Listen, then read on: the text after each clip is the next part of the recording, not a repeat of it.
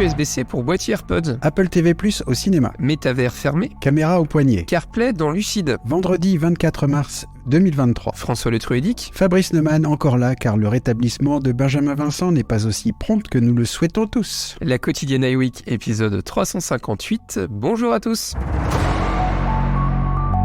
Le passage à l'USB-C de toute la gamme des produits Apple semble se préciser encore un peu plus.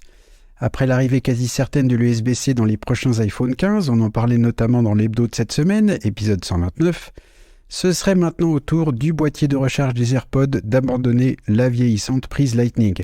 C'est en tout cas ce que croit savoir l'analyste Kuo-Ming Chi qui prévoit l'arrivée d'une deuxième version des AirPods Pro 2 pour cet été ou cet automne. Alors à ton avis, est-ce que c'est encore un signe de la prochaine disparition complète du Lightning ? Alors oui, mais comme tu l'as dit fort justement, à mon avis, ce sera une disparition qui sera progressive. Si effectivement les nouveaux iPhone 15 qui sont prévus pour le mois de septembre, si tout va bien, passent à l'USB-C, ça paraîtrait plutôt logique qu'Apple en profite, pourquoi pas, pour annoncer des AirPods Pro avec un boîtier USB-C et qu'on voit cette migration arriver au fur et à mesure. Les AirPods Pro, ça reste normalement du matériel plutôt pro, d'où le nom, même si aujourd'hui on sait très bien que c'est pas que les pros qui achètent ça. Mais voilà, c'est vrai que chez Apple, c'est quand même le symbole de produits plutôt haut de gamme, et qu'un produit haut de gamme comme les AirPods Pro soit pas passé à l'USB-C, ça paraîtrait plutôt étonnant. Donc à mon avis, Apple nous fera un petit upgrade global, c'est-à-dire iPhone 15 avec une prise USB-C, et en profitera pour proposer des AirPods Pro USB-C. Maintenant, la question, c'est les AirPods Max, à ton avis, quand est-ce qu'ils vont finir par passer à l'USB-C ? Ça, c'est une vraie question. C'est une bonne question. Et puis on complétera aussi pour dire qu'il semble qu'en revanche, on n'aura pas le droit à une version USB-C des actuels AirPods 3. Il faudrait donc attendre la version 4 pour pouvoir s'offrir la version d'entrée de gamme des écouteurs sans fil d'Apple débarrassés de la prise Lightning. Et puis on rappellera aussi qu'il restera un joli Pencil de première génération qui lui aussi risque de rester un petit peu encore à low Lightning, comme j'ai pu l'évoquer mardi dernier quand on a enregistré l'hebdo. C'est vrai que ça reste quand même une grosse blague. Selon Bloomberg, Apple serait prête à investir $1 milliard par an dans des films qui sortiraient aussi dans les traditionnelles salles de cinéma avant ou en même temps que le service de streaming, ça on ne sait pas encore. Mais les films pourraient quand même rester un mois à l'affiche. Alors à ton avis, quel est le but d'Apple d'investir cette belle somme d'argent tout de même ? Ça me laisse assez quoi ? Ça paraît logique, on sent qu'il y a une vraie volonté de la part d'Apple de mettre en avant le service de streaming.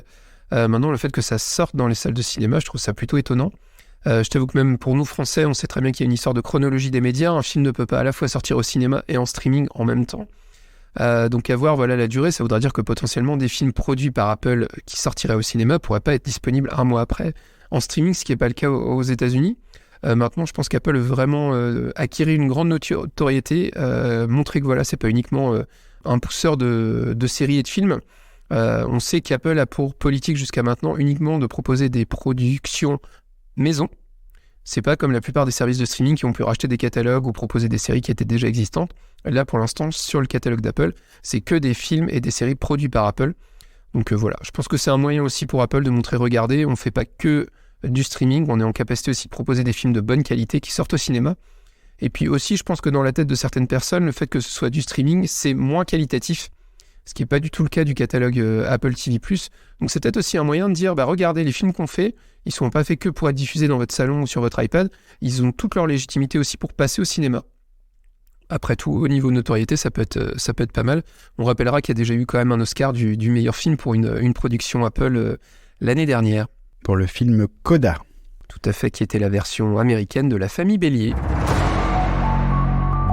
Allez, rien que pour toi François, on reparle de Tim Sweeney, le bruyant patron d'Epic Games qui continue sa croisade contre Apple. Alors que cela fait plusieurs années qu'il se plaint déjà de la trop forte mainmise d'Apple sur son App Store et sur les 30% de commissions obligatoires sur toutes les ventes, il en remet une couche en prévoyant qu'Apple n'allait pas faire moins que s'emparer totalement du métavers, autrement dit de cet univers virtuel dans lequel on peut se balader grâce à un casque VR.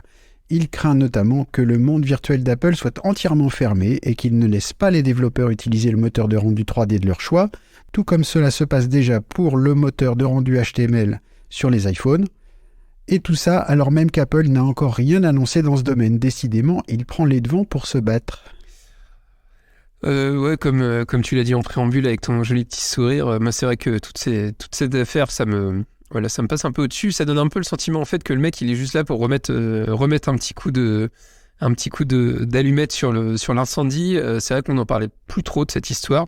Je pense que c'est aussi un moyen pour dire hey, coucou, je suis toujours là, je suis toujours à me battre contre le méchant Apple, ogre qui garde tout pour lui. On parle quand même d'un produit qui n'est pas encore sorti.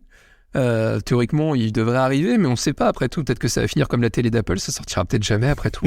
Ce sera assez surprenant, mais why not?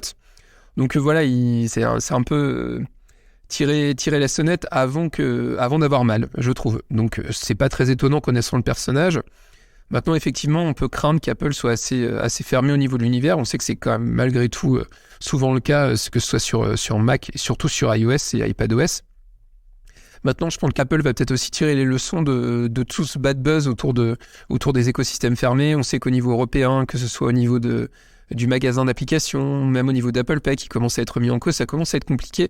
Donc peut-être qu'Apple aura l'intelligence aussi de faire un truc pas trop fermé pour éviter de se faire encore plus taper dessus. Mais ça, on le verra peut-être à la WWDC, j'ai bien dit peut-être, parce que pour l'instant, rien ne dit que le casque va sortir effectivement à ce moment-là. Et puis on rappellera aussi que ce sera sans doute dans un premier temps un produit très très haut de gamme, donc qui touchera sans doute peu de personnes dans un premier temps. Un appareil photo dans l'Apple Watch, c'est ce que décrit un brevet déposé par Apple et déniché par Apple Insider. L'objectif serait inséré dans une petite protubérance au sommet de l'écran. On imagine donc qu'il s'agit plutôt d'une caméra FaceTime pour faire des appels en visio, mais peut-être aussi par exemple pour scanner des QR codes. Alors est-ce que toi tu as envie de sourire à ta montre ? Ça me fait rire parce que c'est un des fantasmes qu'on avait quand l'Apple Watch n'était pas sorti. C'est vrai qu'on se disait finalement ça peut être super et tout. Ça pourrait avoir un avantage, c'est par exemple pour effectivement scanner des QR codes ou autre. C'est vrai que pourquoi pas pour déclencher des actions sur une Apple Watch et autres.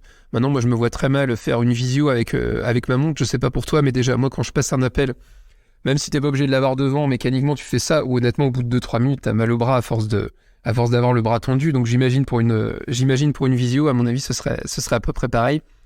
Pour moi c'est pas la killer feature ce qui me ferait migrer, qui me ferait passer sur une nouvelle Apple Watch clairement. Maintenant, ce sera un truc en plus. Maintenant, ça risque d'être énergivore. Et puis, il y a un moment, je trouve que déjà l'Apple Watch Ultra que j'ai au bras, elle est déjà assez grosse. Donc, s'il y a ça en plus dessus, ça va devenir un monstre, quoi. Et puis là, on se passera vraiment pour l'inspecteur gadget. Et alors moi, ce qui me gêne aussi, c'est que si c'est un peu en haut de l'écran, moi qui ai tendance à porter la montre à l'envers avec le bouton dans l'autre sens, du coup, l'objectif serait mal orienté. Ça m'ennuierait. Et enfin, un petit clin d'œil spécial à Ellie, cette fois, mais aussi à toi finalement. Tesla semble toujours refuser d'inclure CarPlay dans ses voitures, mais un de ses concurrents dans le secteur des voitures électriques, aux États-Unis en tout cas, qui s'appelle Lucid Air, annonce que CarPlay sera installé en standard dans tous ses modèles. Alors, est-ce que c'est un critère important pour toi, et notamment pour l'achat de ta prochaine voiture qui ne manquera pas d'arriver, non ? Pour l'instant, je vais peut-être garder quand même quelques mois encore ma jolie Tesla Model 3. Non, alors c'est vrai qu'avant de l'acheter, je me suis dit que ça allait être un gros frein, le fait qu'il n'y ait pas CarPlay. C'est dommageable, hein. Alors j'aurai l'occasion d'y revenir dans un hebdo. Je suis en train de tester, mais en fait je le teste pas beaucoup parce que je trouve ça vraiment pas pratique. Et j'aurai l'occasion de le dire. Maintenant on trouve des petits modules qui permettent d'avoir CarPlay dans la Tesla à travers le navigateur internet, mais j'y reviendrai en détail dans l'hebdo. Honnêtement aujourd'hui je pense que le plus important c'est d'avoir un système qui soit bien fait. Je roulais en 4 jars jusqu'au mois de novembre. Et c'est vrai que j'étais super déçu parce que l'interface était pourrie, c'était un vieux Airlink, ça rame et tout. Je pense que ce qu'il faut essentiellement, c'est avoir un système qui soit fiable. Maintenant, CarPlay, ça reste un plus, ne serait-ce que pour les conversations de groupe ou autres, ça a des côtés pratiques. Mais aujourd'hui, pour moi, c'est plus un critère. Moi, ce qui compte, c'est que ce soit bien fait.